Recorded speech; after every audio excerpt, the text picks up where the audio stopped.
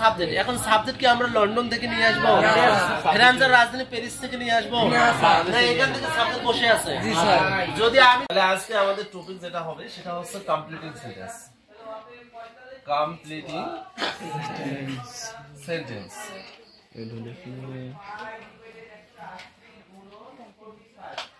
এটা আগে আমরা একটু জানার চেষ্টা করি। আমরা জানি যে একটি ভার্ব যেটা নাম হচ্ছে কমপ্লিট। কমপ্লিট শব্দের অর্থ হচ্ছে সম্পূর্ণ করা বা পূর্ণ করা, তার সঙ্গে আইন যুক্ত করে কমপ্লিটিং হয়ে গেছে। তারপরে বলা হচ্ছে সেন্টেন্স। সেন্টেন্স শব্দের অর্থ হচ্ছে কি বাক্য।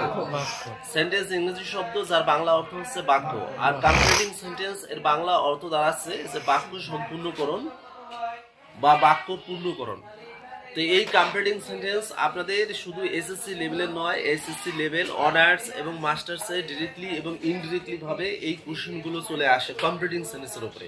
তো এই কমপ্লিটিং সেন্টেন্স এখানে অ্যান্সার করার জন্য আপনাদের সর্বপ্রথম যে দখলটা থাকতে হবে, একটু ভার্বের উপর আপনাদের দখল থাকতে হবে। ভার্ব যদি একটু ভালো করে জানেন তাহলে আপনারা কমপ্লিটিং সেন্টেন্সের অ্যান্সার করতে পারবেন। এবং আপনাদের বলি এই কমপ্লিটিং সেন্টেন্সে যে এখানে 2 থেকে 3টা বেসিক জিনিস আপনার জানতে হবে। ফার্স্ট হচ্ছে আপনার কিছু নিয়ম জানতে হবে, রুলস জানতে হবে। নিয়মের মধ্যে কিন্তু কমপ্লিটিং সেন্টেন্স হয়ে থাকে। দ্বিতীয় নম্বর হচ্ছে শুধু রুলস বা নিয়ম নয়, এর সঙ্গে আপনাদের প্রবাদ বাক্য, যেটা আমরা ইংলিশে বলি প্রোভার্বস। প্রোভার্বস এর বাংলা অর্থ হচ্ছে প্রবাদ বাক্য। যেমন আমরা প্রায় দৈনন্দিন জীবনে বলে থাকি যে আমরা বলে থাকি সময়ের 1 ভোর, অসময়ে 10 ভোর, বা সময় এবং স্রোত কার জন্য অপেক্ষা করে না, এগুলো আমরা বাংলায় বলি। কিন্তু ইংলিশে এটাকে বলা হয় যে time and tide wait for man, সময় এবং স্রোত কার জন্য অপেক্ষা করে না। আবার আমরা ইংলিশে বলি যে artist in time saves man, অর্থাৎ সময়ের 1 ভোর, অসময়ের 10 ভোর। আবার অনেকে বলি একতায় বল, এর ইংলিশ হচ্ছে unity is strength. Unity is strength, যার বাংলা অর্থ হচ্ছে একতায় বল। অথবা আরেকটা বলা হয় যে united we stand, divided we fall, যে একতায় কি হচ্ছে উত্থান আর বিভেদ হচ্ছে পতন। Unity we stand, divided we fall. তো এরকম দ্বিতীয় নম্বরে আমাদের প্রোভার্বস অথবা প্রবাদ বাক্যগুলো আমাদের জানতে হবে।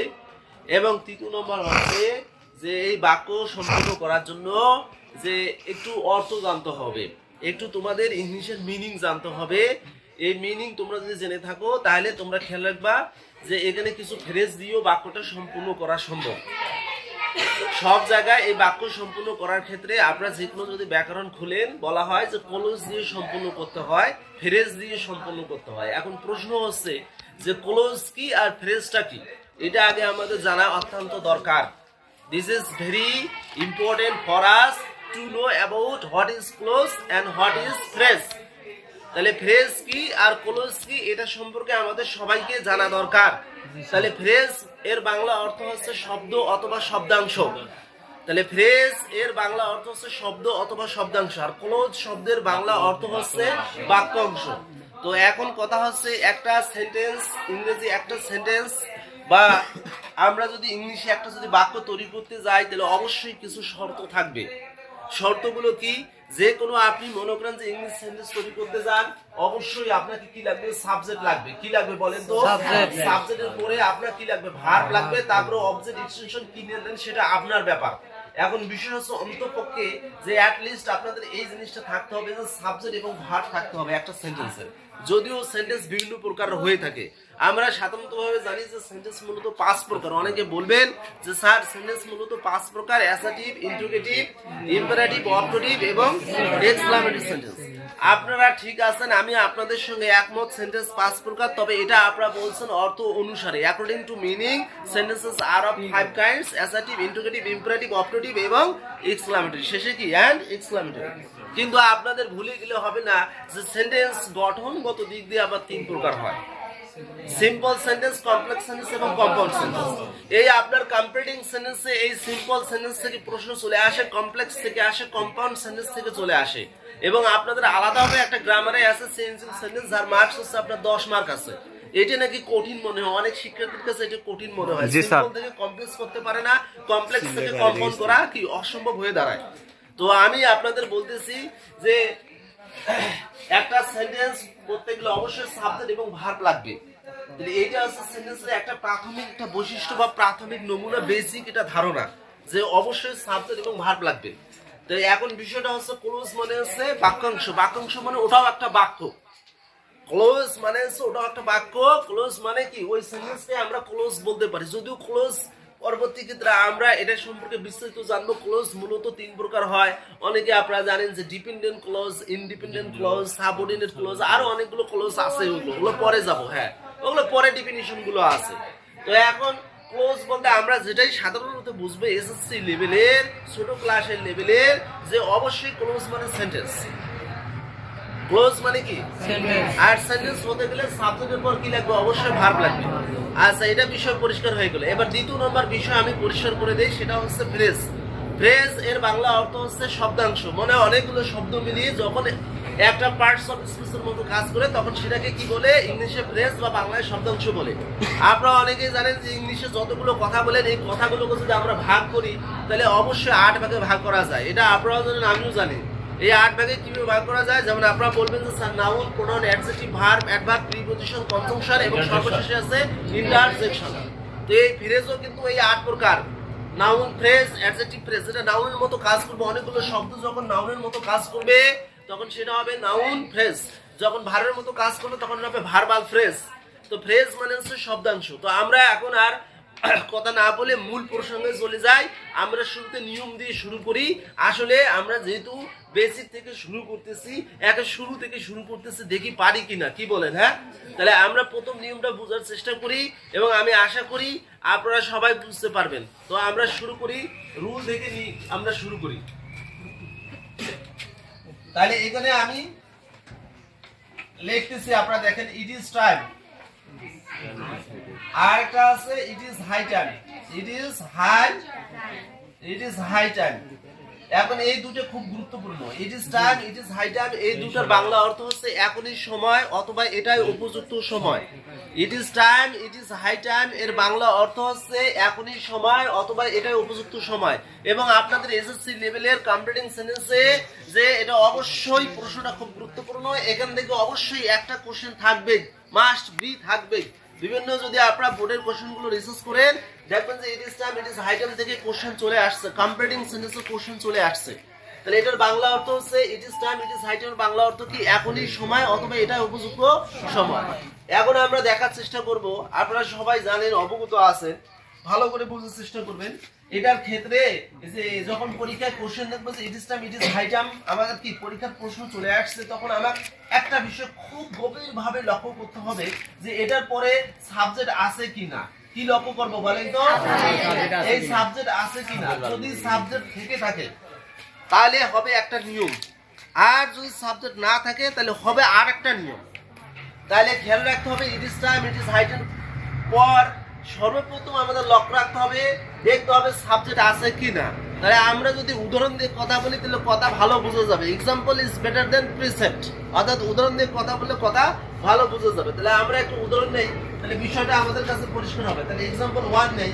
এখানে বলা আছে যে ইট ইজ টাইম, তারপরে সাবজেক্ট ব্যবহার করা হয়েছে কুই, তারপরে এই বাক্যটা আমাকে সম্পূর্ণ করতে হবে। তারপরে দ্বিতীয় নম্বর বলা হচ্ছে যে ইট ইজ টাইম, এখানে কোনো সাবজেক্ট নাই, এখানে বাক্য সম্পূর্ণ করা লাগবে। তো এই দুটো মনে করো, ধরো সাপোজ মনে করো এই দুটো তোমার পরীক্ষার প্রশ্ন চলে আসছে। এই প্রশ্ন তোমরা লক্ষ্য করতেছো যে ইট ইজ টাইমের পরে সাবজেক্ট দেওয়া আছে কি উইথ। এখানে অবশ্যই ইট ইজ হাই টাইমও থাকতে পারে, যেহেতু it is time, it is high time একই বাংলা অর্থ দিচ্ছে, হাই টাইমও থাকতে পারে। তাহলে তুমি এই প্রশ্ন লক্ষ্য করলে এখানে তুমি সাবজেক্ট পেয়ে গেছো, এখানে সাবজেক্ট আছে কি উইথ, কিন্তু এখানে কোনো সাবজেক্ট নেই, একদম কি ফাঁকা ব্ল্যাঙ্ক করে দিয়েছে। তাহলে তোমাকে এটা কি পূর্ণ করতে হবে, সম্পূর্ণ করতে হবে। তাহলে খেয়াল রাখবা যে আমি বললাম it is time, it is high time পর যদি তুমি সাবজেক্ট পেয়ে যাও তাহলে তোমাকে যে কাজটি করতে হবে, তারপরে বাক্যটা সমাপ্ত করতে গেলে অবশ্যই তোমাকে কি করতে হবে জানো?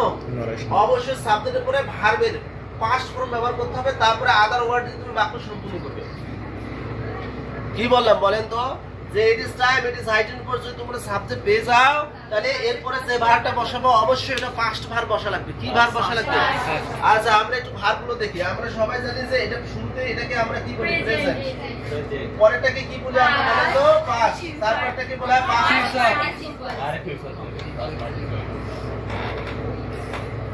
সরে বক মারাইছে।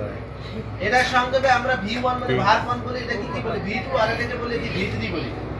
আচ্ছা তোমরা সবাই দেখো চেঞ্জ চেঞ্জ শব্দটা হচ্ছে পরিবর্তন করা তাহলে এখানে হবে চেঞ্জ ই আছে ডি আর এখানে কি হবে চেঞ্জ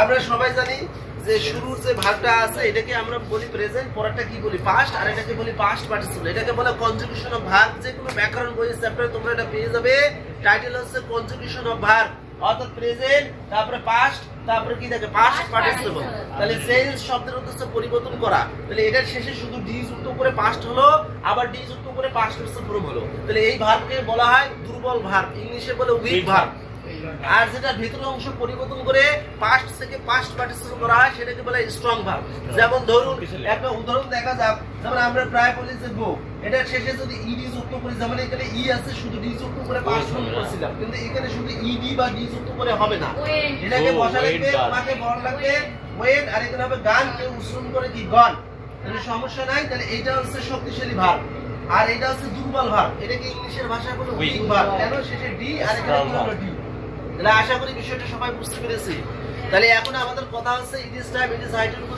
সাবজেক্ট পাই দিলে অবশ্যই ভার্বের কি দেবো পাস্ট ভার্ব বসাবো তাহলে এইখানে বলছে এটা উপযুক্ত সময় আমরা কি করি আমাদের খাদ্যাভ্যাস পরিবর্তন করি বা এটা উপযুক্ত সময় আমরা নিজেদেরকে পরিবর্তন করি বা এটা উপযুক্ত সময় ছেলেরা বলবে যে এটা উপযুক্ত সময় ক্রিকেট খেলি আমরা বা মেয়েরা অনেকে বলতে পারে এটা উপযুক্ত সময় আমরা কি বিদ্যালয়ে যাই বা স্কুলে যাই বা বাড়ির কাজ করি এখন এটা ডিপেন্ড করবে আপনার উপর এবং প্রশ্নের ক্যাটাগরির উপর ডিপেন্ড করবে সিকোয়েন্স অনুযায়ী তাহলে এইটা যদি সাধারণভাবে যদি আমরা এই বাক্যটা সম্পূর্ণ করতে চাই যে এটা উপযুক্ত সময় যে আমরা কি করি নিজেদেরকে পরিবর্তন করি তাহলে পরিবর্তন করার ইংলিশ কি চেঞ্জ তাহলে এখানে আমাকে চেঞ্জ যদি ব্যবহার করি তাহলে সেটা ভুল হবে তাহলে আমাকে বলা লাগবে এই যে এই ভার্বটা নিতে হবে তাহলে চেঞ্জ সি এইচ এ এল জি ই এই শেষে ডি যুক্ত করা লাগবে পাস্ট ফর্মটা ভার্বের পাস্ট ফর্মটা বসাতে হবে নিয়ম ওটাই বলে তাহলে এটাই উপযুক্ত সময় উই চেঞ্জ আমরা নিজেদেরকে পরিবর্তন করি আমাদের খাদ্য অভ্যাস পরিবর্তন করি আর যেটাই পরিবর্তন করেন না কেন পরে আপনি অর্থ অনুযায়ী তোমরা এগুলো ব্যবহার করতে পারো তাহলে আমরা নিজেরাই পরিবর্তন করি তাহলে কি হবে it is high time we change our selves তাহলে এটা উপযুক্ত সময় আমরা নিজেদেরকে কি করি পরিবর্তন করি এখন তোমাদের যদি কেউ কোনো যদি স্টুডেন্ট থেকে থাকো যদি মনে করো স্যার এটা আমার ভালো লাগে না আওয়ার সিস্টেম বাদ দেন যা আমরা আমাদের খাদ্যের অভ্যাস পরিবর্তন করি তাহলে লিখে দিতে পারো our food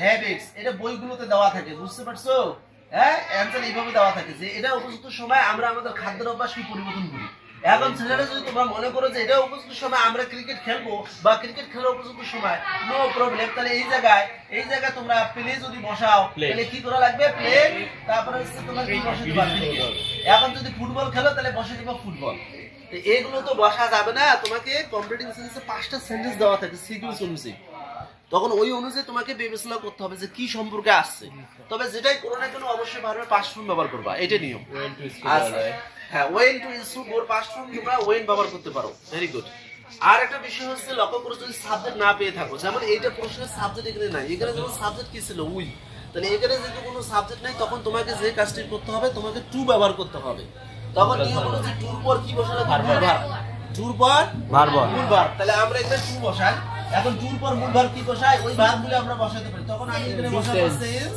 our food habits অথবা তোমরা লিখতে পারো ছেলেরা টু প্লে ক্রিকেট এখন বলতে পারো টু লার্ন ইংলিশ এভাবে যত খুশি তত তোমরা বাক্য গঠন করতে পারো তাহলে মুডের উপর সার কথা মূল কথা আসল কথা হচ্ছে it is time it is high টাইমের পর যদি আমরা সাবজেক্ট পেয়ে যাই প্রশ্নে তাহলে পরের বাক্যটা সম্পূর্ণ করতে গেলে ভার্বটা অবশ্যই পাস্ট ভার্বের করতে হবে আর যদি সাবজেক্ট পাওয়া না যায় যেমন এখানে সাবজেক্ট নাই তখন পর মূল তাহলে আশা করি এটা বুঝতে পেরেছি না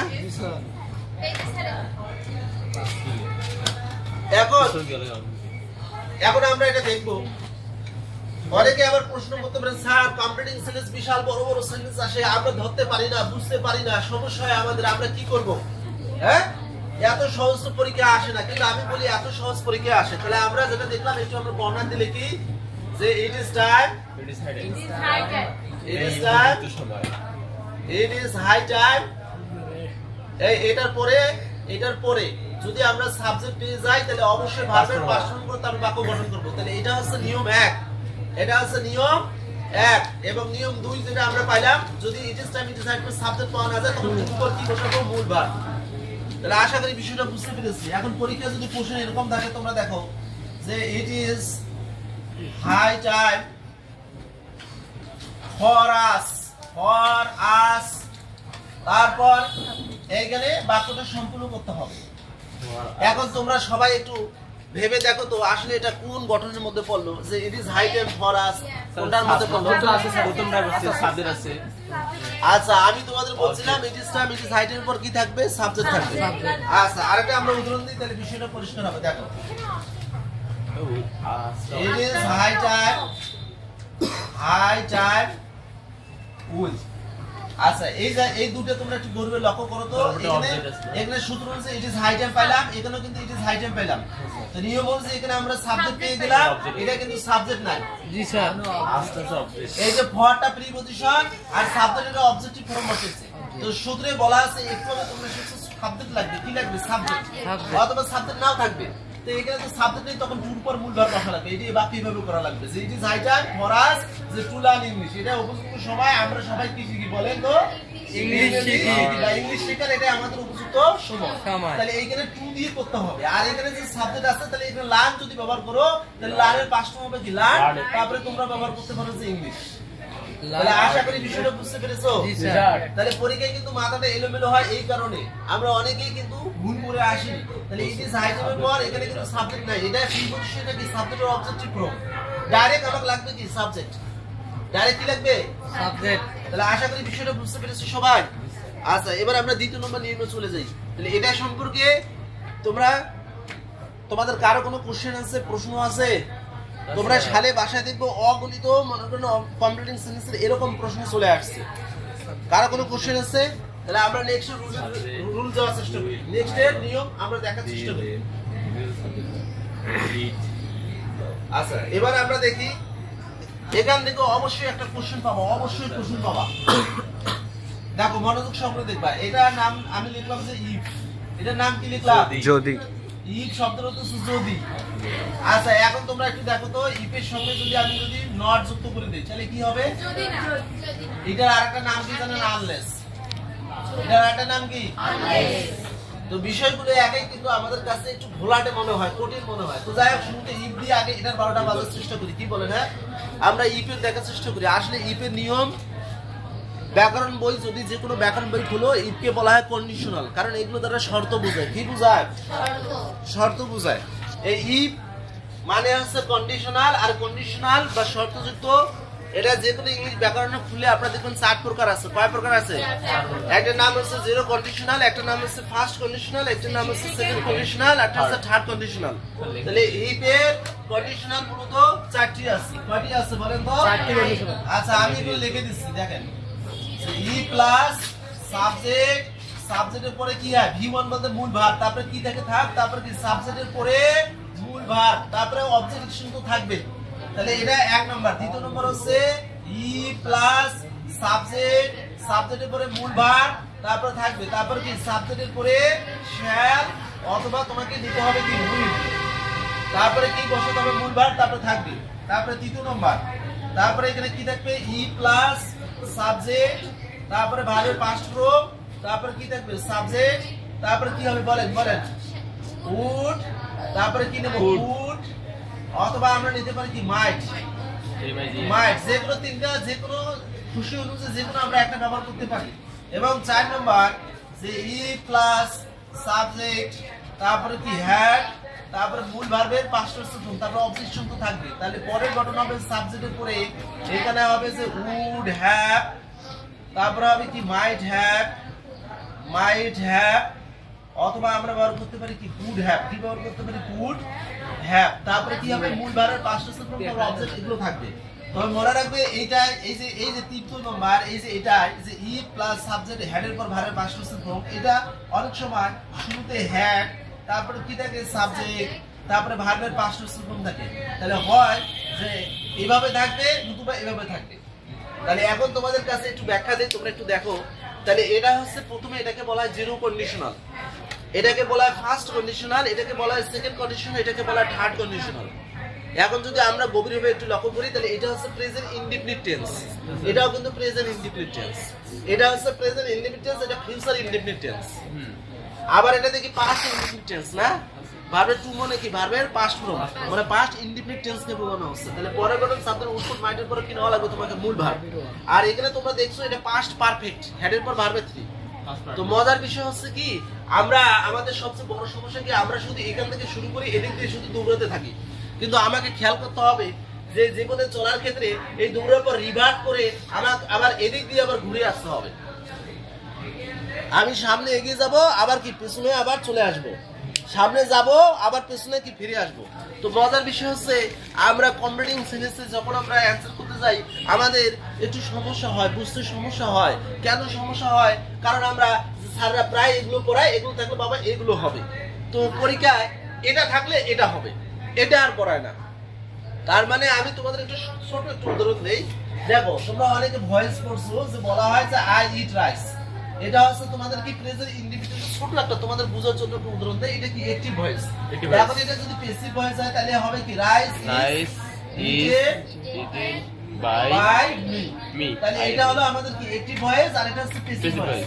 সারা শুধু সারা জীবন অ্যাকটিভ থেকে প্যাসিভ ভয়েস শিখে, কিন্তু প্যাসিভ থেকে তো অ্যাকটিভ আমাকে শেখা লাগবে, যার কারণে তোমার মাথাটা সমস্যা হয়। রাইট ফর্ম ভার্বস এর ক্ষেত্রে আমার সমস্যা হচ্ছে। যেমন বলা হয় দেখো তোমরা যে এখানে একটা প্যাসিভ দেওয়া আছে, মনে করো যে English is learned by me, তাহলে এটা কি আছে প্যাসিভ আছে না? তাহলে এখন পরীক্ষা আছে যে তোমাকে অ্যাকটিভ করতে হবে। by is but I learn English।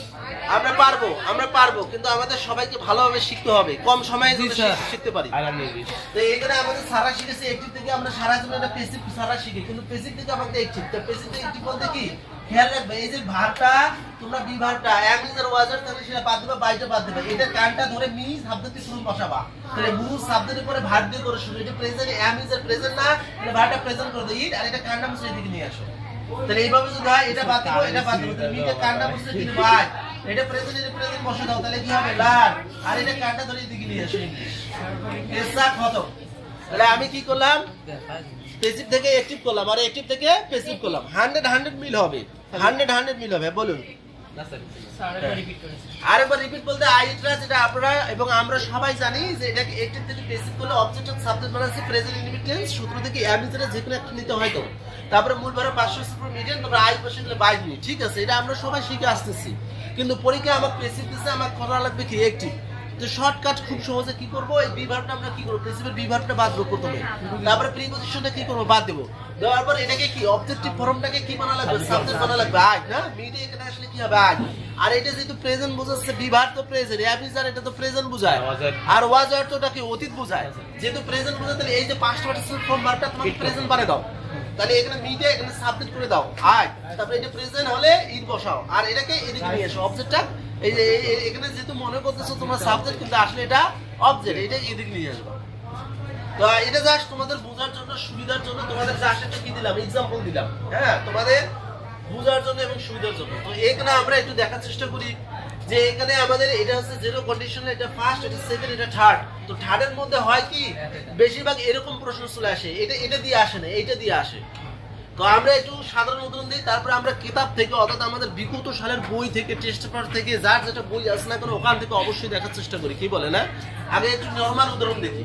Normal উদাহরণ হচ্ছে বলা আছে যে ইফ ইউ কাম, এই বাক্যটা সম্পূর্ণ করা লাগবে। আবার বলা আছে যে ইফ ইউ কেম, তারপরে বাক্যটি সমাপ্ত করা লাগবে। তারপরে বলা আছে যে ইফ ইউ হ্যাড কাম, তারপরে বাক্য সমাপ্ত করা লাগবে। তারপরে বলা আছে যে হ্যাড ইউ কাম, বাক্য সমাপ্ত করা লাগবে। তো এটা এক্সাম্পল দিচ্ছি জাস্ট সহজ আপনাদের বোঝার জন্য, যাতে বিষয়টা মাথায় রাখতে পারেন। তারপরে আমি বই থেকে অবশ্যই ইনশাআল্লাহ এক্সাম্পল দেব। তো এখানে দেখি আমরা লক্ষ্য করি, একটু আগে আমরা দেখছি এটাকে বলা হয় জিরো, এটা ফার্স্ট, সেকেন্ড, থার্ড। তো এখন আমরা লক্ষ্য করবো ইফ দেখে আমরা খুশি হব না, এটা আছে। আমরা খুশি হব যখন আমরা চিনতে পারবো, বুঝতে পারবো যে আসলে কোন নিয়মের মধ্যে পড়তেছে। তাহলে এইখানে আমরা ভার্ব দেবো, এটা হচ্ছে মূল ভার্ব, তাহলে এটা হচ্ছে মূল ভার্ব, এই মূল ভার্বের মধ্যে পড়লো, তাহলে এটার মধ্যে পড়তে পারে, এটার মধ্যেও পড়তে পারে। এবার দেখি কামের পাস্ট ফর্ম দেওয়া আছে কেন, তাহলে বুঝা গেল এই যে এটার মধ্যে পড়ছে, বুঝছে তো। তারপরে এখানে হেডের পর ভার্বে 3, তাহলে এখানে হেডের পর ভার্বে 3, তাহলে এটার মধ্যে পড়ছে তো। আমার কথা আপনাদের অ্যানসার করার দরকার নেই, আমি আপনাদের অ্যানসার চাই। আমার কথা তোমরা বুঝো আগে, বিষয়টাকে মাথায় নাও। তোমরা বিষয়টাকে মাথায় নাও। তোমরা যদি একটা বিষয় ভালো করে বুঝো, তাহলে একটা বিষয় বুঝার কারণে, একটা গঠন বুঝার কারণে এটা দিয়ে তোমরা হাজার হাজার বাক্য গঠন করতে পারবে ইনশাআল্লাহ। আমাকে যে অ্যানসার করাই লাগবে সেটা কিন্তু নয়, আমাকে একটা বিষয়টা বুঝতে হবে, ভালো করে বুঝতে হবে সে কি বোঝানো হচ্ছে। তাহলে এখানে যে বিষয়টা বোঝানো, হেডের পর ভার্বের পাস্ট টেন্স ফর্ম পাওয়া গেল। আবার এটা দেখো এখানে কোনো ইভি নেই, তার মানে কি এইটা এই যে হেড সাবজেক্ট উপরে ভার্বের পাস্ট টেন্স ফর্ম, এই যে হেড এই সাবজেক্ট উপরে ভার্বের কি দেওয়া আছে পাস্ট পার্টিসিপল। তাহলে এখন যদি তুমি আসো, এটা তো সবাই বলে তুমি আসলে আমি যাব, যদি তুমি আসো আমি যাব, এটা তো সবাই বলি আমরা নরমাল হবে, এটা আগে বোঝার চেষ্টা করি। তাহলে যদি তুমি আসো তাহলে আমরা এটা হতে পারে এটা হতে পারে। তো তোমরা বেশিরভাগ এই তিনটার উপর গুরুত্ব দিবা, তোমাদের পরীক্ষায় এই তিনটা বেশি আসে। যেটা আপাতত তোমরা কি করে বাদ দেবে, এটা জব বা এডমিশন কেয়ার বা বড় বড় হাই ভোল্টেজের যে পরীক্ষাগুলো হয় সেগুলোর ক্ষেত্রে এটা বেশি আসে। তাহলে তোমাদের ক্ষেত্রে এই তিনটা গুরুত্বপূর্ণ। তাহলে তুমি এখানে বুধবার পাইছো, যদি তুমি আসো তাহলে কি আমি যাব, এটা তো বলবা। তাহলে এখানে সাবজেক্ট তুমি কি নিলা আই, এখন আই এর পরে প্রেসিডেন্ট, আই এর পরে কি হয় শ্যাল। তাহলে এখানে তোমরা ব্যবহার করো আই শ্যাল, মূল ভার বসে দিবা কি গো, এখানে বলছে যে মূল ভার বসা লাগবে। এখানে আবার ওয়েন বসালে হবে না, গোজ বসালে হবে না, কাম বসালে হবে না। যদি তুমি আসো আমি যাবো। এখন যদি কোন স্টুডেন্ট মনে করেন যদি তুমি আসো আমিও আসবো, তাহলে এখানে কাম বসালে হবে, বাক্য হয়, সেন্টেন্স হয়। আবার এখানে যদি তুমি আসতে, এখানে বা যদি তুমি এসেছিলে বা যদি তুমি আসতে, এরকম পাস্ট বুঝাচ্ছে। তাহলে এখানে পরের গঠন কি হবে, এই পরের গঠন ধরো সাবজেক্ট ধরো, তাহলে কি আই এর পরে উডপুট মাঠ, যে কোনো খুশি অনুযায়ী একটা নয়, এমন কোনো নিয়ম নাই যে তোমাকে শুধু উড়ে নিতে হবে, তোমাকে উড়ে নিতে হবে বা তোমাকে শুধু বাইটে নিতে হবে। তুমি একটা কলম কিনবে, যে কলমটা যে তোমাকে যে সাপোজ মনে করে যে একটা উদাহরণ দেই, ম্যাটাডোর কলমে কিনা লাগবে এমন কোনো কথা আছে? তুমি এসএসসি পরীক্ষা অংশগ্রহণ করছো, পরীক্ষায় প্রশ্ন আসছে উইন্টার মর্নিং, এখন তোমাকে কি বলা আছে যে এই বই এই গাইডের এই প্যারাগ্রাফটা শুধু মুখস্থ করে লিখতে হবে, এমন কোনো কথা আছে? এমন কোনো কথা আছে? বাধ্যবাধকতা আছে? এখন তুমি তোমার বুদ্ধি খাটিয়ে তোমার দক্ষতা অনুযায়ী তুমি যদি প্যারাগ্রাফটা লেখো, সেন্টেন্স যদি সঠিকভাবে লেখো, অ্যাপ্রোপ্রিয়েট হয়, স্যার কেন নাম্বার দেবে না? স্যারের বাপও নাম্বার দিতে হবে। বিষয় বুঝতে পারছো? আমি যদি একুরেট ভাবে লিখি, আমি যদি কারো কপি না করে একুরেট ভাবে যদি লিখি, নিয়ম অ্যাপ্রোপ্রিয়েট ভাবে যদি লিখি, স্যার কেন, অবশ্যই আমি নাম্বার পাবো, স্যারের বাবাকেও নাম্বার দিতে হবে। বিষয় বুঝতে পারছো? তো যাই হোক এখানে দেখি, তাহলে ইফ ইউ কেপ, তাহলে এখানে আমি কি নেই, রুট নেই, তারপরে বুলবার বসে থাকবো। তাহলে যদি তুমি আসতে তাহলে কি আমি যেতাম, আমি যেতাম। তারপরে ইফ ইউ হ্যাড কাম, যদি তুমি আসতে একই কথা, তাহলে কি হবে, I would have for past sentence কি হবে, গান। এটা ওই একই সেম সেম সেম। তাহলে এখানে কি হবে, আই কুড হ্যাভ, আপনি এখানে কুড হ্যাভ ব্যবহার করতে পারেন, সমস্যা নেই, নো প্রবলেম। তারপরে আপনি বসাতে পারেন গোলাপ।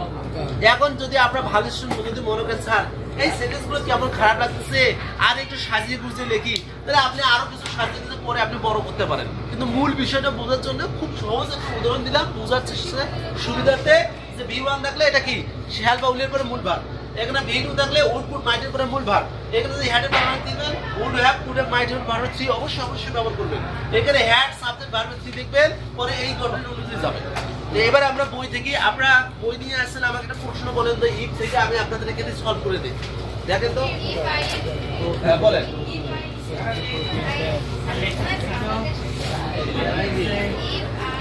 এইগুলো নোটস আমি আপনাদের পরবর্তীতে দেব, সুন্দরভাবে বাংলা অর্থ সংগ্রহের নোটস থেকে খালি দুটো দিন অপেক্ষা করেন। কটা দিন?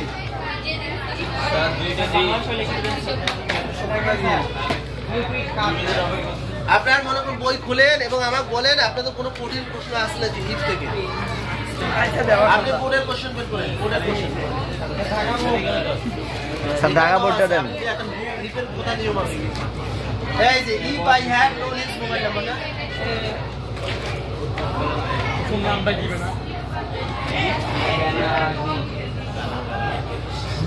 দিবে না।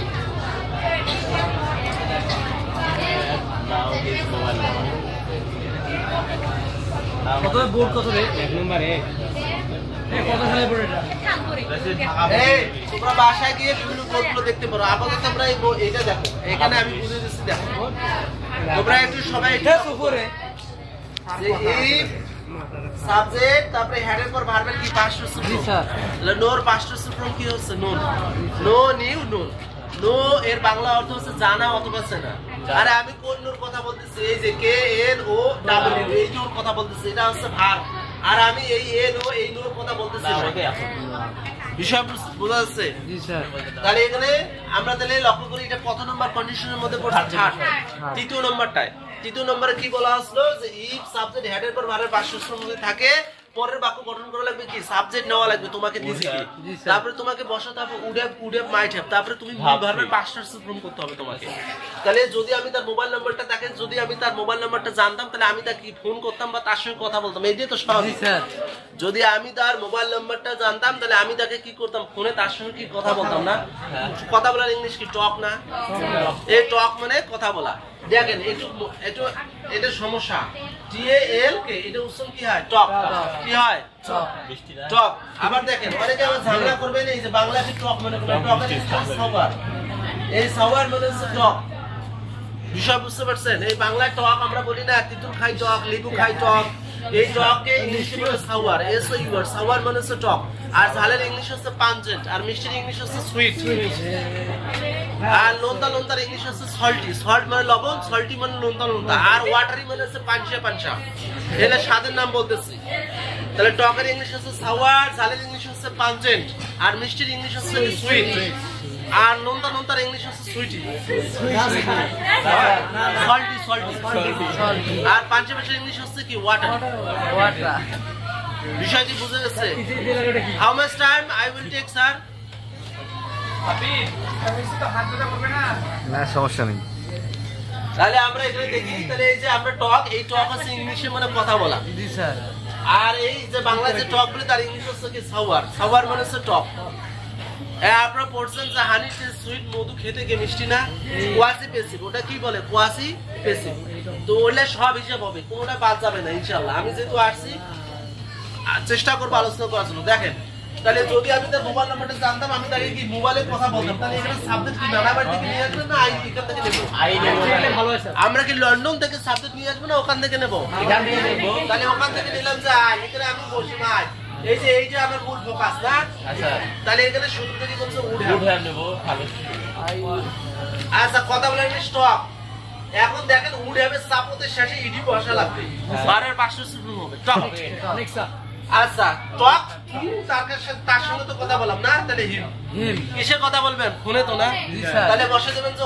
অন অথবা বসাইতে পারেন ওভার ফোন ওভার দুইটা প্রিপজিশন ব্যবহার ফোনে কথা বলা বুঝাইলে অন অথবা ওভার এটা বিশেষ পরীক্ষা বেশ কয়েকবার পরীক্ষায় প্রশ্ন চলে এসেছে জব পরীক্ষায় যে ফোনে কথা বলা অর্থে অন ফোন অথবা ওভার ফোন হয় বিষয় বুঝতে পেরেছো তাহলে বাংলা অর্থ কি ধরনের আনসারি আমরা যে বলতেছি আমাদের বাংলা তো জানা দরকার তাহলে বলছে যে if I had known his mobile number যদি আমি তার মোবাইল নাম্বারটা জানতে পারতাম বা জানতাম তাহলে আমি তার সঙ্গে মোবাইলে কি কথা বলতাম না তাহলে এখানে নিয়ম হচ্ছে দেখো হেডের পর ভার্বের পাশে থাকলে এটা যেহেতু কন্ডিশনাল থার্ড কন্ডিশনাল বুঝাচ্ছে তাহলে পরের গঠন সাবজেক্ট করে উড হ্যাভ অথবা মাইট হ্যাভ যে কোনো একটি নিয়ে মূল ভার্বের পাশে সূত্র তাহলে এখানে আমরা সেই কাজগুলো করেছি যে আই উড হ্যাভ টকের পাশে সূত্র টক টু হিম মানে আমি তার সঙ্গে কথা বলতাম কিসে ফোনে তাহলে অন ফোন অথবা ওভার ফোন তাহলে আশা করি বিষয়টা বুঝতে পেরেছি এখন অনেকে বসে আছেন বলেন স্যার এটা আমার পক্ষে কঠিন হয়ে দাঁড়ায় এত কঠিন আমি মাথায় রাখবো কিভাবে তার জন্য সহজ কথা যদি আমি তার ফোন নম্বরটা জানতাম আমি তাকে ডাকতাম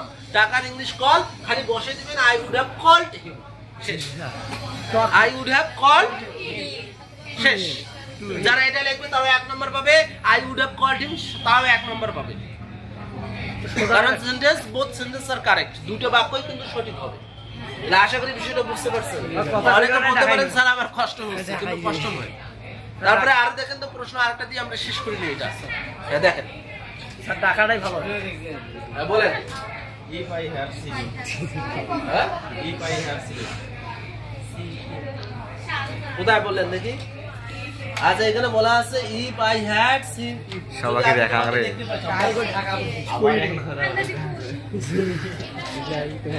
ইফ আই হ্যাড সিন তোমরা একটু লক্ষ্য করো তো এটা বলো তো কত নম্বর কন্ডিশনাল আচ্ছা আমরা কি সবাই বুঝতে পারতেছি আমি যে অনেকগুলো শুধু বলে যাচ্ছি তোমাদের তো কিছু বলা লাগবে স্যার। আচ্ছা তুমি বলো তো এটা কোন কন্ডিশনাল হলো? আমরা বুঝবো কিভাবে? এই যে হ্যাডের পরে ভার্বের পাঁচটা সূত্র। জি স্যার। সি স স্লিম, সি স স্লিম। তাহলে এটা পরের ঘটনা হবে কি? অবশ্যই সাবজেক্ট। এখন সাবজেক্ট কি আমরা লন্ডন থেকে নিয়ে আসবো? ফ্রান্সের রাজধানী প্যারিস থেকে নিয়ে আসবো? না, এখান থেকে সাবজেক্ট বসে আছে। জি স্যার।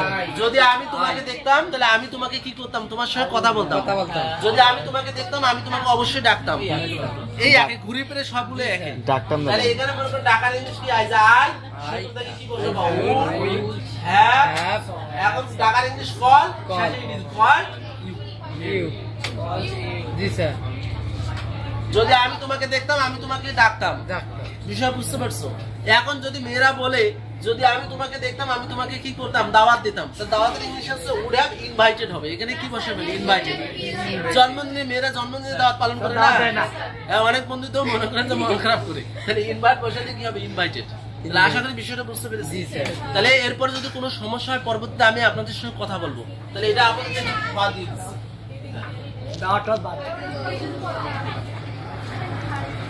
আচ্ছা বলেন, হ্যাঁ ওদিকে কোনো সমস্যা হয়েছে?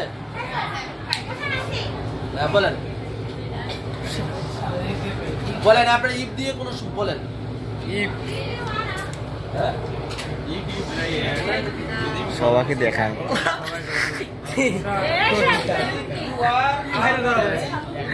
শুক্তারা তুই দেখান। এই দেখুন এটা দিয়ে শেষ করে নেই। ইফ ইউ আর না up and doing in your doing your studies। আচ্ছা আমি দেখতেছি বইটা দাও তো। দাঁত হারিয়ে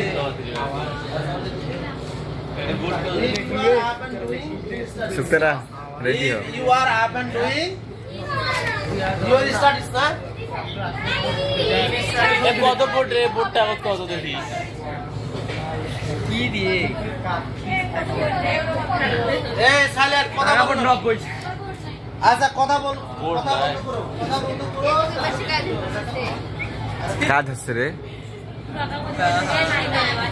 দেখ তো ক্যামেরাটা কোটে গেলে দেখছে। ক্যামেরা হল তোর এই পাশে। সেটা তো বলতেছে if you are up and doing গাড়ি স্টুসরি স্যার। এটা ঠিক আছে এখন? এই সবাই দেখো তো এটা নাকি বলে প্রবলেম হয়ে গেছে। দেখো বলা আছে যে if you are up and doing in studies। আচ্ছা এখন বিষয়টা হচ্ছে তোমরা দেখো তো এটা কোন কন্ডিশনের মধ্যে পড়লো? সেকেন্ড পড়ে ডুইং সেকেন্ড। আচ্ছা আপনাদের বলি, মনে করেন যে আমার এটা একটা মনে করেন আমি একটা থলে নিয়েছি ব্যাগ। ব্যাগের মধ্যে আমাকে ভালো করে খেয়াল রাখবে এটা am is আর এটা কি বর্তমান না? এই was আর এটা কি বুঝতে পারো তো? জিরো ফার্স্ট অতীত। আরে শ্যাডো এটা কি বোঝায়? এটা তো আমরা বুঝি এটা আমার থলে, টেন্সের থলে। তার মানে এই যে বর্তমান এটা কি অতীত, এটা ভবিষ্যৎ। এখন ইংলিশটা লাগান, ইংলিশটা লাগান প্রেজেন্ট পাস্ট ফিউচার শেষ। বাংলাটা হচ্ছে বর্তমান অতীত ভবিষ্যৎ শেষ। Game is over. এখন বিষয়টা হচ্ছে বলেন তো এটা কি এটা কি এটা কি? ফার্স্ট হবে, ফার্স্ট কন্ডিশনাল। হে আপনারা সবাই লক্ষ্য করে তো দেখি যে দেখেন যে আই ভালো করে দেখবেন যে আই ইট রাইস এটা সবাই বলি না? আচ্ছা আবার দেখো তো I am a student. I am a student. এখন বলো তো এই বাক্যে এটা সাবজেক্ট এটা সাবজেক্ট বুঝলাম বুঝলাম, এটা ভার্ব এটা ভার্ব বুঝলাম। এখন বলেন তো এই দুটো কোন টেন্সের মধ্যে আছে? স্যার ফার্স্ট কন্ডিশনাল প্রেজেন্ট করে দুইটাই প্রেজেন্ট এটা আছে কি মূল ভার্ব, এটাও মূল ভার্ব। কিন্তু আমাদের ভুল কোন জায়গায় হয় জানেন? আমরা এটা সাবজেক্টিভ ভার্ব মনে করি। যদি এটা থাকতো যে I am eating rice, I am eating rice, তাহলে কন্টিনিউয়াস হতো। দেখো এটা আছে প্রেজেন্ট কন্টিনিউয়াস। এখন প্রশ্ন হচ্ছে এখানে অ্যাম এটা যদি এত কথা হয় বলে এখানে অ্যাম এটাও তো প্রেজেন্ট ইনডিফিনিট হওয়ার কথা। এটা যদি অ্যাম এর পর ভার্ব এনজি প্রেজেন্ট কন্টিনিউয়াস হয় এটাও তো কন্টিনিউয়াস হওয়ার কথা। অনেকে এটা মনে করবে কিন্তু না, খেয়াল রাখতে হবে যখন অ্যাম ইজ এর পর যদি কোনো ভার্বের সঙ্গে আইএনজি না থাকে তাহলে সেটা প্রেজেন্ট ইনডিফিনিট হয়, সেটা প্রেজেন্ট ইনডিফিনিট হয়। আর যখন অ্যাম ইজ এর পর ভার্ব এনজি হয় তখন সেটা হচ্ছে প্রেজেন্ট কন্টিনিউয়াস। তাহলে আশা করি বিষয়টা বুঝতে পারছি। তাহলে পার্থক্য আছে, শুধু দেখলেই খুশি হবে না, জিনিসটা বুঝতে হবে। এখানে অ্যাম আছে বললেন, একে বলে দিলেন এটা কন্টিনিউয়াস, সেটা কিন্তু নয়। দেখতে হবে তারপরে ভার্বের আইএনজি আছে কিনা। তো এই বাক্যে এটা মূল ভার্ব হিসেবে ভূমিকা পালন করছে। তো এই জায়গায় আসেন এটা কন্ডিশনাল ফার্স্ট কন্ডিশনের মধ্যে এটা পড়ছে। এটা হচ্ছে ফার্স্ট কন্ডিশনাল, এটা প্রেজেন্ট বুঝাচ্ছে। আর এটা ফ্রেজ ব্যবহার করছে আপ এন্ড ডুইং মানে তৎপর। আপ এন্ড ডুইং মানে কি?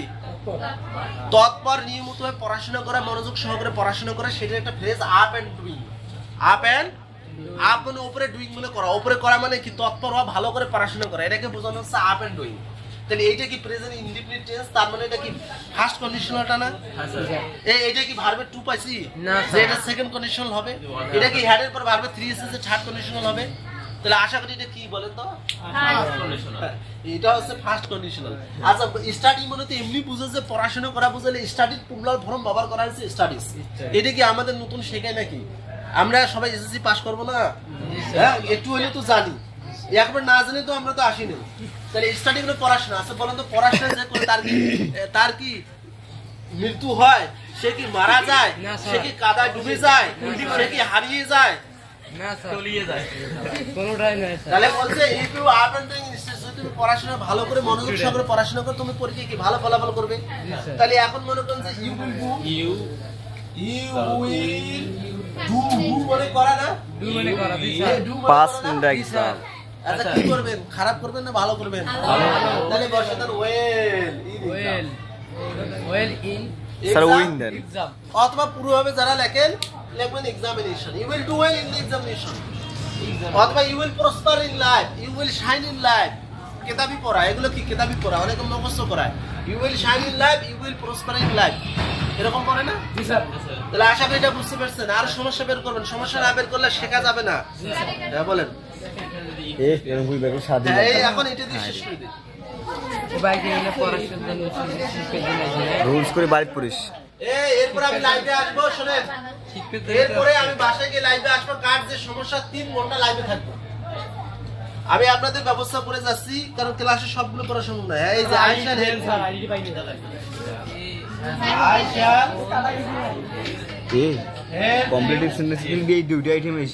এখন দেখেন তো, সবাই দেখেন, এতদিনে আমরা এখান থেকে এদিকে দৌড়েছি না, এবার এদিক থেকে আমাদের কি উল্টে পাশে আমাদের আসতে হবে। আমরা তো সূত্রটা শিখবো ইপ দিয়ে, তো কিন্তু ইপের জায়গায় কাকা থই শেষ। তাহলে মাথা কি আমার নষ্ট হয়ে গেল? দেখো তো তোমরা একটু সবাই লক্ষ্য করো যে ই প্লাস সাবজেক্ট, সাবজেক্টের পরে যদি মূল ভার্ব, তারপরে ফার্স্ট কন্ডিশন থাকবে, পরেরটা কি সাবজেক্টের পরে শ্যাল অথবা উইল, তারপরে মূল ভার্ব। ক্লিয়ার? বুঝতে পারছেন? আচ্ছা, আরেকটা আপনাদের দেখে নিয়ে শেষ করে নিই। দেখেন যে এটা হচ্ছে ফার্স্ট কন্ডিশনাল। তাহলে তোমরা একটু লক্ষ্য করো যে ইফ এই জায়গাটাতে শুধু ইফ দিছে আর এগুলো নাই, ঠিক আছে, সমস্যা নাই, কিন্তু পরেরটা এইটা তো এই জায়গায় আনি রাখছে, এইটা এই জায়গায় আনছে, আর তাহলে এইটা এই জায়গায় যাবে। স্যার আরেকবার, এইটা এই জায়গায় আনছে, তাহলে এইটা এই জায়গায় হবে। হ্যাঁ, সহজ কথা। তাহলে আমরা কি করছি? আমরা শুধু এদিক দিয়ে যাওয়ার চেষ্টা করি, কিন্তু আমাদের তো খেয়াল করা লাগবে এইটা থাকবে, এটা করা লাগবে, এটা থাকবে, এটা করা লাগবে। হ্যাঁ স্যার, বুঝতে পারছো? তাহলে কমন কথা হচ্ছে, দেখো শ্যাল বা উইলের পরে মূল ভার্ব, এই যে সাবজেক্ট আছে, এই যে সাবজেক্ট, শ্যাল পাশে মূল ভার্ব আছে, এইটা তো দিছে এই জায়গায়, এই যে এদিকে আনতে আবার ক্ষতি কিসের? তাহলে আমি কি সাহায্য, তোমাকে সাহায্য করবো যদি তুমি কি করো? আসতে না না, এ বলতেছে যদি তুমি আসতে আমি তোমাকে সাহায্য করতাম, এর কথাটাই হোক, আমি এটি পূরণ করি। ইফ, তাহলে সাবজেক্ট নেই কি ইউ, স্যার মোবাইল টাকা পাঠাতে, তারপরে কি কাম, কাম। এখন আরো যদি মডেস্ট করো, আরো যদি মনে করো তুমি একটা দেওয়াল করছো, দেওয়ালটা চুনকাম করলে, আরো ডিজাইন করলে, ধাই লাগাইলে আরো তো অনেক সৌন্দর্য করা যায়। এখন জিনিসটা আরো সৌন্দর্য করতেছে, আরো কিছু যোগ করো। যদি তুমি আমার কাছে আসছো তাহলে তুমি, তাহলে যদি তুমি আমার কাছে আসতে, তাহলে আমি তোমাকে কি করতাম? সাহায্য করতাম। টাকা দিলে ভালো হয়। কত সহজ না? এটা আরো বিভিন্ন ভাবে করা যাবে না? করা যাবে না? যদি তুমি আমার সঙ্গে দেখা করতে আমি তোমাকে সাহায্য করতাম, তাহলে if you meet me, meet, এই যে ইফ ইউ, এই যে ভার্বটা হবে এম ই টি, অর্থাৎ ডাবল ই টি, মিট। যদি তুমি আমার সাথে দেখা করতে আমি তোমাকে সাহায্য করতাম। সবাই বুঝতে পেরেছি? আচ্ছা, আর একটা নিয়ম পরে আমি ক্লাসটা শেষ করে দিই, আমার খুব খারাপ লাগতেছে, বুঝছেন? আর একটা রুল পরে শেষ করে দিই। Yasin Sohen Yahin. Since and Sohen.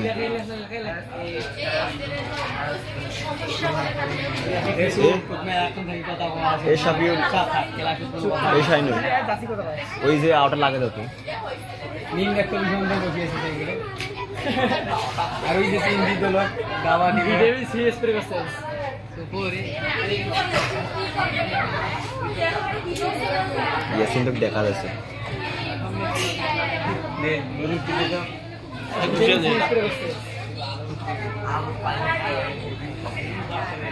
রে বেটা বন্ধ করলু রে এ বেটা উজে লাইছে এই সবাই একটু দেখো, তোমরা জানো যে সাবজেক্টের পরে ভার্বের যখন আমরা পাস্ট ফর্ম নেই অর্থাৎ ভি2 ভার্ব নেই তারপর অবজেক্ট বা এক্সটেনশন বসাই, তাহলে এটা কি হয় বলেন তো দেখি? এটা পাস্ট ইনডিফিনিট হয়। কি হয় বলেন? Past indefinite. তাহলে আমরা একটু লক্ষ্য করব, দেখো সাবজেক্টের পরে যখন আমরা ভার্বের পাস্ট ফর্ম নেই তখন সেটা অবশ্যই পাস্ট ইনডিফিনিট টেন্স হয়। যেমন যদি বলে যে আমরা গিয়েছিলাম, ইংলিশে কি হবে? উই ওয়েন্ট না আই ওয়েন্ট? I went. আমরা গিয়েছিলাম হবে উই ওয়েন্ট, আর আমি গিয়েছিলাম আই ওয়েন্ট। এখন যদি বলেন আমি বিদ্যালয়ে গিয়েছিলাম, আই ওয়েন্ট টু স্কুল। আমি বিদ্যালয়ে গিয়েছিলাম, এটা কি পাস্ট ইনডিফিনিট না? এই গঠনের মতো হলো না? এটা কিন্তু মারাত্মক গঠন। এই পাস্ট ইনডিফিনিট দিয়ে অনেকগুলো কমপ্লিটিং সেন্টেন্স আপনারা অনেকেই জানেন না। দেখেন একটু আপনাদের বোঝানোর চেষ্টা করি। দেখেন এই যে it is time, it is হাইটের পর যদি এখানে সাবজেক্টের পরে ভার্বের কি করবেন? পাস্ট ফর্ম তারপর অবজেক্ট এক্সটেনশন। তাহলে এই যে পাস্ট ইনডিফিনিট এইটা না? হ্যাঁ স্যার, এইটাই তো না? হ্যাঁ। আবার খেয়াল রাখবেন, ভালো করে বোঝার চেষ্টা করবেন। জি স্যার। সাবজেক্টের পরে যদি মূল ভার্ব পাওয়া যায়, পরে কোন হবে সাবজেক্টের পরে ভার্বের পাস্ট ফর্ম। আর এখানে সাবজেক্টের পরে যদি ভার্বের পাস্ট ফর্ম পান, তাহলে সাবজেক্টের পরে হ্যাড বসে ভার্বের পাস্ট ফর্ম ব্যবহার করবেন। এখন লক্ষ্য করেন যে এইটা, এই যে এইটা, তার মানে এইটা, এইটাই তো ওইটাই তো ঘুরে ফিরে আসতেছে। আবার দেখেন ভালো করে বুঝবেন, এই এল ওয়াই থাকলে এখানে কি থাকবে? হোয়েন থাকবে। মন সহকারে বুঝবেন, এখানে এল ওয়াই থাকলে কি থাকবে বলেন তো? হোয়েন থাকবে। আর প্রশ্ন অ্যাড থাকলে কি বসা লাগবে? দেন। তারপরে এই বাক্য যদি গঠন করতে বলে কোনো কথা নাই, জোশে বলে সাবজেক্ট ভার্ব টু, সাবজেক্টের পরে ভার্ব টু, সাবজেক্টের পরে ভার্ব টু, মানে ভার্বের পাস্ট ফর্ম তারপরে ঘুরে ফিরে মানে এইটাই আসছে। জি স্যার। এই বিফোর এবং আফটার, বিফোর মানে পূর্বে ওটা ঘটে কি? সাবজেক্টের পরে হ্যাডের পরে ভার্বের পাস্ট ফর্ম, আফটার মানে ওটা মানে কি? সাবজেক্ট হ্যাড, ভার্বের পাস্ট ফর্ম। এখন এই জায়গা ফাঁকা হলো, এই জায়গা ফাঁকা হলো, এই জায়গায় সাবজেক্টের পরে ভার্বের পাস্ট ফর্ম, সাবজেক্টের জায়গায় ভার্বের পাস্ট ফর্ম। যেহেতু সময় শেষ হয়ে যাচ্ছে, আমি বেশিক্ষণ থাকবো না, একটু বুঝিয়ে দিচ্ছি। এটা হচ্ছে মেইন নাটের গুরু, অর্থাৎ পাস্ট ইনডিফিনিট টেন্স। এটা বিভিন্ন জায়গায় ঘুরে কমপ্লিটিং সেন্সে আসতেছে। যেমন it is time, it is high টাইমে একটু আগে আমরা দেখেছি। অ্যাজ ইফ, অ্যাজ দো সেন্সের ক্ষেত্রে কিন্তু আসে। যদি প্রথমটা প্রেজেন্ট ইনডিফিনিট হয়, পরেরটা কিন্তু পাস্ট ইনডিফিনিট। আর এর প্রথম যদি পাস্ট ইনডিফিনিট হয়, পরেরটা কি পাস্ট পারফেক্ট হয়। তাহলে এই জায়গায় আমরা শুধু ফলো আপ করব। তারপরে এখানে no sooner had, scarcely had, hardly had, এই জায়গায় পরের যে বাক্যগুলো গঠন হবে সব পাস্ট ইনডিফিনিট দিয়ে হবে, সব পাস্ট ইনডিফিনিট। ইংলিশ কঠিন নয়, পরিকল্পনা মাফিক যান, ইংলিশ সহজ মনে হবে, কিন্তু এই বিষয়গুলো আপনারা বুঝেন নাই। তারপরে সে বিফোর বলে পূর্বে পাস্ট পারফেক্ট হয়, আপনার বলে পরে পাস্ট পারফেক্ট হয়। এদিক সেদিক বলতে কি? ভার্বের পাস্ট ফর্ম। তো এইগুলো আমাদেরকে উদাহরণ সহকারে বুঝতে হবে। তো আমরা নেক্সট ক্লাসে অবশ্যই উদাহরণ এবং নোট সহ আলোচনা করার চেষ্টা করবো ইনশাআল্লাহ। আমার তৌফিক ইল্লাহ বিল্লাহ।